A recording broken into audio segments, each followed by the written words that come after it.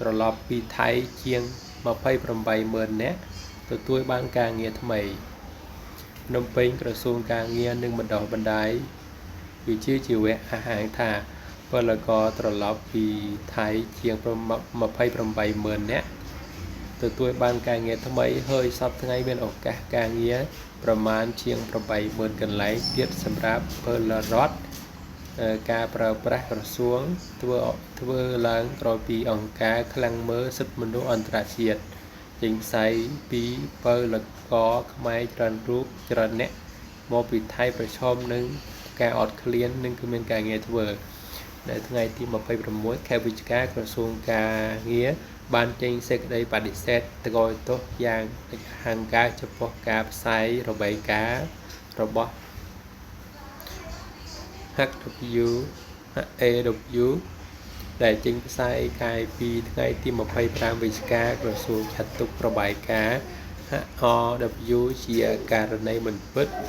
និងគ្មានមូលដ្ឋានច្បាស់លាស់ដែលបង្កការយល់ច្រឡំនិងមួយបង្កាច់ការខិតខំប្រឹងប្រែងរបស់រាជរដ្ឋាភិបាលកម្ពុជាក្រសួងការងារបំភ្លឺថាចាប់ពីថ្ងៃទី28មិថុនារហូតមកដល់ពេលនេះពលករដែលត្រឡប់មកពីប្រទេសថៃត្រូវបានស្វាគមន៍យ៉ាងកក់ក្ដៅតាមរយៈការរៀបចំមណ្ឌលសម្ចត់ផ្ដល់មធ្យោបាយធ្វើដំណើរទៅស្រុកកំណើតដោយមិនគិតថ្លៃជួយលើកសម្ភារៈផ្ដល់អាហារសម្រន់ជួយសម្រួលអត្តសញ្ញាណកម្មនិងជួយ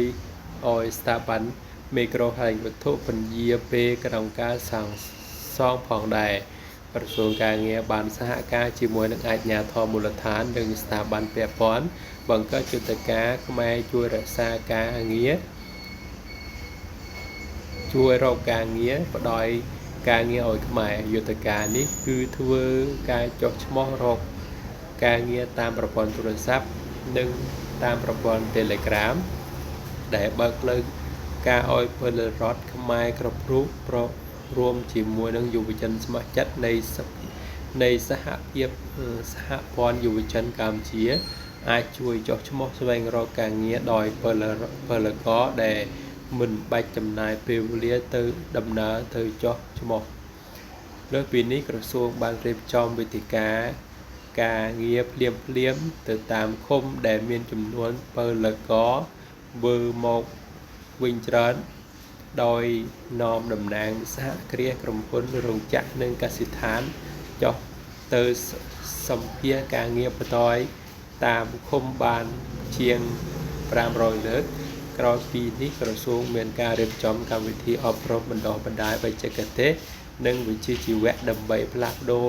ជំនាញដោយពលរដ្ឋដែលចង់បង្កមុខរបរឬធ្វើការនៅភូមិឃុំផងដែរនេះជាលទ្ធផលក្រសួងបង្ហាញថាពលករខ្មែរទទួលបានការងារធ្វើនៅក្នុងប្រព័ន្ធចំណោមចំនួនប្រមាណជាង28,000 នាក់ហើយក្រសួងកំពុងមានឱកាសការងារប្រមាណជាង80,000 កន្លែងនិងកំពុងប្រមូលបន្ថែមសូមបញ្ជាក់ថាចាត់តាំងពីចន្លោះព្រំដែនកម្ពុជាថៃរាលដាលរហូតមកដល់ការរើសអើងពូជសាសន៍មកពលករខ្មែរសម្រាប់ស្រុកត្រឡប់មកខ្មែរវិញប្រមាណជាង1លាននាក់ការវិលមកក៏ដោយសារតែពលករដោយសារតែខ្មែរបារម្ភពីសុខសុវត្ថិភាពប្រុសពលករខ្មែរខ្លះបានរងហិង្សានិងការមើលងាយពីជនជាតិថៃ